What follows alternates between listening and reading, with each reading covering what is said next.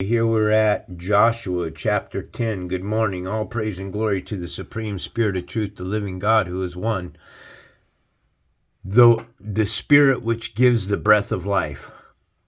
Okay, we got to understand that the Spirit is not flesh. The Spirit tells you that He is only Spirit. The Spirit tells you that He is not a man.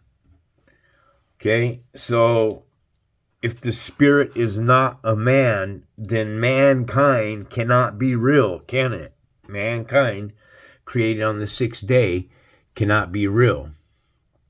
Okay, now Adoni-Zedek, king of Jerusalem, heard that Joshua had taken Ai and totally destroyed it, doing to Ai and its kings as he had done to Jericho and its kings, and that the people of Gibeon had made a treaty of peace with Israel and had become their allies.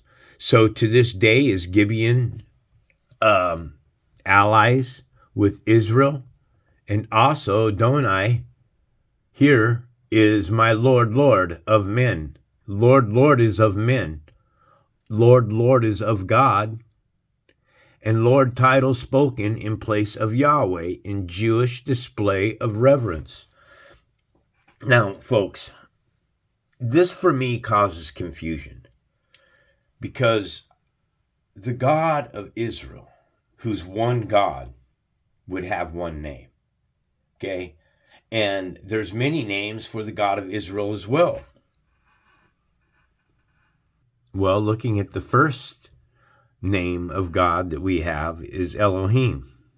Okay, Elohim, I've showed you, is the first seen in Genesis 1:1. Gods. And Elohim means many gods. Okay? It means many. It's plural of Eloah, gods in the ordinary sense. This is the very first name given to God found in the very first verse of Genesis. This name shows that God is the majestic ruler over all. Elohim is actually a plural word and is used as the first name of God and set him high above all other gods. It also foreshadows the later revelation of the triune Godhead, Father, Son, and Holy Spirit. Okay, this here, it also foreshadows is a line of shit. That's a lie. There was no Father, Son, and Holy Spirit in the Old Testament. Okay, also you have Yahweh. Lord Jehovah. They call him Jehovah. Why do you... Okay, if Israel is one nation, then why does the God of Israel call him Yahweh, but yet those in the province of Jerusalem today call him Jehovah? Because Yahweh is the God of Israel. Israel is a nation of black people with their faces to the ground. Lord Jehovah is the white God that the Jewish bastards call him. Okay, those in the province of Jerusalem today are the demons. They're the devils, okay? Also, you have El Elyon, the Most High God. El Elyon.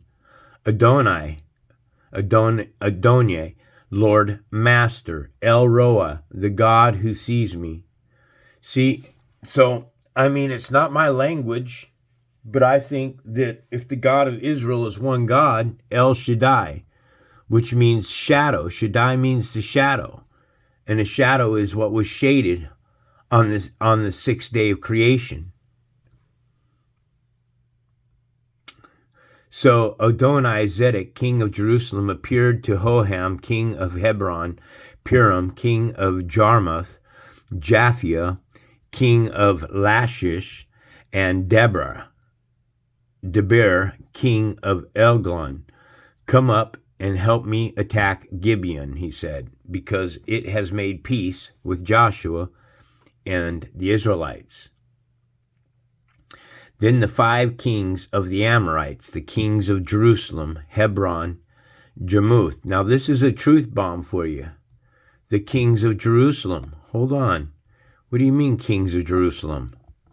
I thought God's chosen children were in power. But yet then you have the kings of Amorites. It's telling you that the 5 kings of the Amorites, the kings of Jerusalem. Look at how this...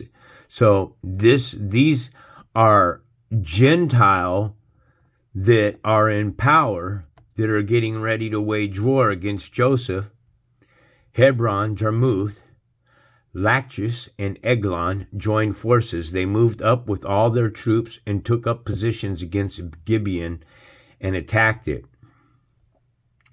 The Gibeonites then send word to Joshua in the camp of Gilgal, "Do not abandon your servants. Come up to us quickly and save us. Help us, because all the Amorite kings from the hills country have joined forces against us." Well, check it out. Now Israel is in a wage of a war from a deceitful plan that came in from the Gibeonites, saying that we come from afar, and they didn't come from afar. And because Israel swore an oath to them, then they're going to keep the oath, even though the oath was made in deception. Israel, I wouldn't have kept no oath. You came in, you should have wiped them fuckers off the face of the earth along with everybody else, right? Anyways, what I'm saying is, whatever God it was that came into the garden and took Adam and Eve and got you to eat, in that bloodline, that living bloodline with the breath on it, because the God of Israel said to Adam that you shall surely die that day if you eat from the tree of knowledge of good and evil. Nowhere in the Bible does it talk, nowhere in this Bible does it talk about the Creator God giving Eve these commandments alongside of Adam. It's not there. So we have to assume that the command was given to Adam, and that command from the Creator was passed down to Eve from Adam. And then Eve made a choice to listen to her husband, who gave her the instruction not to eat from the tree of knowledge of good and evil, or to listen to the first man, Adam, the one that was created on the sixth day of creation. So Joshua marched up from Gilgal with his entire army, including all the best fighting men. The Lord said to Joshua, where did these men, these fighting men, where did they learn how to fight? In order to fight, you have to learn. Somebody has to teach you. Somebody has to train you how to fight. Wasn't it the Watchers that fell from grace and taught Israel how to fight? You are never to be fighting men. You are meant to be servants of the Spirit of truth. That's what you are meant. And because you ate from the apple, all this, your book has been tampered with. It's been ruined. And Jesus told you so. The Lord said to Joshua, "Do not be afraid of them. I have given them into your hands." Now the Lord has given them into the hands, because this is the same Lord that said, "You shall not kill." Yahweh, okay? Jehovah telling Joshua, "Do not be afraid. Not one of them will be able to withstand you." So the big question here, not one of them will be able to withstand you. There has to be a prophet that is going to rise among Israel, and that's going to bring Israel all back, because you're scattered out. I mean, you're millions in countries around this world. As soon as Israel comes together, man, then the prophecies and those that turn their backs on God, walk contrary to him, and went about their ways worshiping idols and other gods, will be wiped out. Your day will come. You don't get to continue worshiping your idols. After an all-night march from Gilgal, Joshua took them by surprise. The Lord threw them into confusion before Israel. So Joshua and the Israelites defeated them completely at Gibeon. Israel pursued them along the road going up to Beth Horon and cut them down all the way to Azekah and Makkedah. As they fled before Israel on the road down from Beth Horon to Azekah, the Lord hurled large hailstones down on them, and more of them died from the hail then were killed by the sword of the Israelites. Now these hailstones here, I think that's what they're called. Hold on. At my signal, unleash hell. Ignite!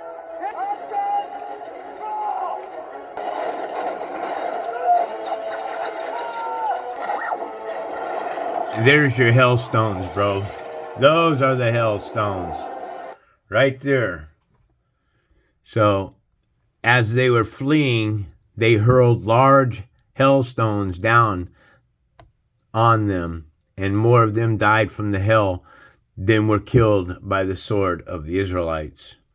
On the day of the Lord gave the Amorites over to Israel, Joshua said to the Lord in the presence of Israel, Sun, stand still over Gibeon, and you, moon, over the valley of Ajalon.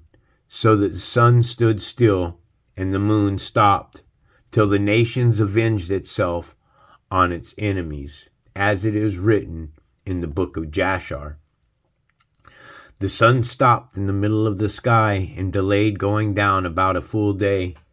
There has never been a day like it before or since, a day when the Lord listened to a human being.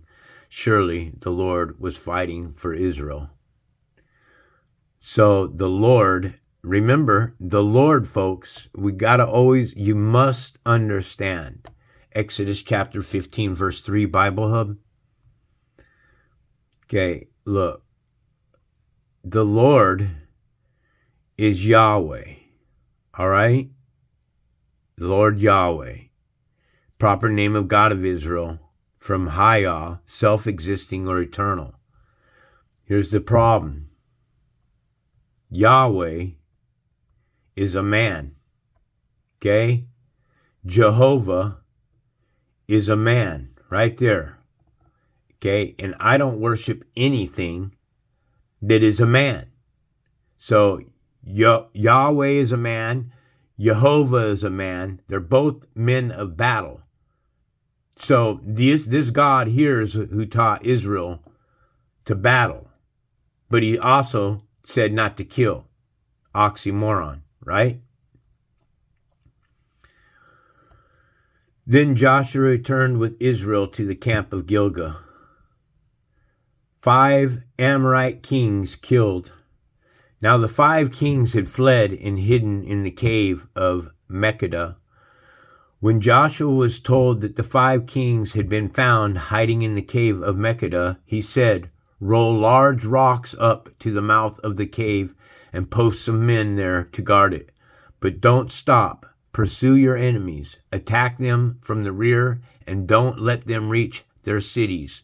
For the Lord your God has given them into your hand. So Joshua and the Israelites defeated them completely. But a few survivors managed to reach their fortified cities. The whole army then returned safely to Joshua in the camp of Makkedah, and no one uttered a word against Israel. Well, it appears that everybody's uttering words against Israel today, right? Because we live in this virtual reality, this history where it keeps repeating itself. And they're showing you in movies like X-Men. Remember the guy who plays Wolverine? Him and his brother are going through all the Civil War, going through the Korean War, going through the Vietnam War, going through World War I, going through World War II, because they're repeating themselves. They're repeating themselves over and over and over. Joshua said, Open the mouth of the cave and bring those 5 kings out to me. Okay?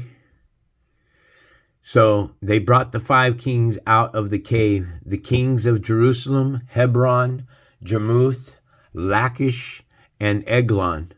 When they had brought these kings to Joshua, he summoned all the men of Israel and said to the army commanders who had come with him, Come here and put your feet on the necks of these kings. So they came forward and placed their feet on their necks. Joshua said to them, Do not be afraid, do not be discouraged, be strong and courageous. This is what the Lord will do to all the enemies you are going to fight. Then Joshua put the kings to death and exposed their bodies on 5 poles, and they were left hanging on the poles until evening. So, pretty horrendous actions that are taking place here, I'd have to say, for Gentile or even God's children. And these are murderous acts, if you ask me. And not saying that the Gentile God is any better than God Yahweh, because this is a plane of existence of good and evil, folks. You understand? God, the Spirit, the truth, the living, created both good and evil. Okay, this is a plane of existence of good and evil. Not one plane where it's all evil. It was the tree of knowledge of good and evil. Therefore, good must exist in this plane of existence. But what I've learned is we don't get to see the good. They keep us too busy with shorts. They keep it too busy with all the media. They keep you busy with Hollywood and rock stars and the music industry and politics and all of it. You know, science, which to this day. Okay, at sunset, Joshua gave the order, and they took them down from the poles and threw them into the caves where they had been hiding. At the mouth of the caves, they placed large rocks, which are there to this day. Southern cities conquered. The day Joshua took Makkedah, he put the city and its kings to the sword and totally destroyed everyone in it. He left no survivors. And he did to the king of Makkedah as he had done to the king of Jericho. Then Joshua and all Israel with him moved on from Makkedah to Libnah and attacked it. The Lord also gave that city and its kings into Israel's hand. The city and everyone in it Joshua put to the sword.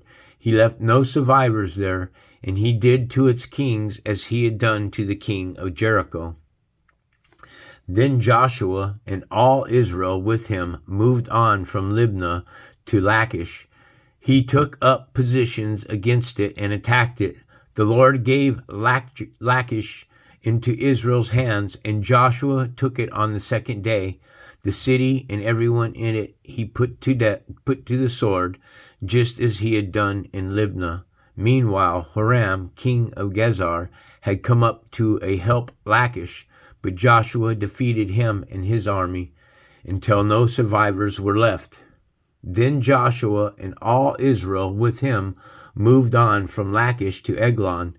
They took up positions against it and attacked it. They captured it that same day and put it to the sword and totally destroyed everyone in it, just as they had done to Lachish.